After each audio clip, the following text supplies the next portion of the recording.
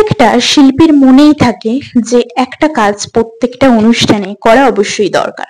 এবছরের জন্মাষ্টমীটা একটু অন্যভাবে কাটলো, যেহেতু আমার বাড়িতে সেইভাবে এবারে কোনো আয়োজন হয়নি, তার উপরেও আমাদের গোপাল সোনা খুবই হিংসুটে, যার কারণে সে সবকিছুই নিজের ইচ্ছায় করিয়ে নেয়। তাই বাড়িতে মামা নিজের গোপালটাকে দিয়ে গিয়েছিল গোপালটাকে সুন্দর করে সাজিয়ে দিতে। আর এই গোপালটার সাইজ ছিল 0, যেটা সাজাতে আমার খুবই অসুবিধা হচ্ছিল। তার সত্ত্বেও ওই যে বলে না, শিল্পীর মধ্যে কোনো শিল্পী সত্তা না থাকলে সে কখনোই শিল্পী হয়ে উঠতে পারে না। ভগবানের যদি আশীর্বাদ থাকে তোমার মাথায় যে হ্যাঁ তুমি এটা করতে পারবে, তাহলে তুমি নিশ্চয়ই পারবে। যে যতই বাধা দিক, তোমার যত নিজেরও মনে হোক না কেন যে তুমি পারবে না, তুমি তাও পারবে। যাই হোক, আমি যেমন এই শিল্পী সত্তা নিয়েই কিন্তু এবারে আর একটা জিনিসও ক্রিয়েট করে ফেলেছি।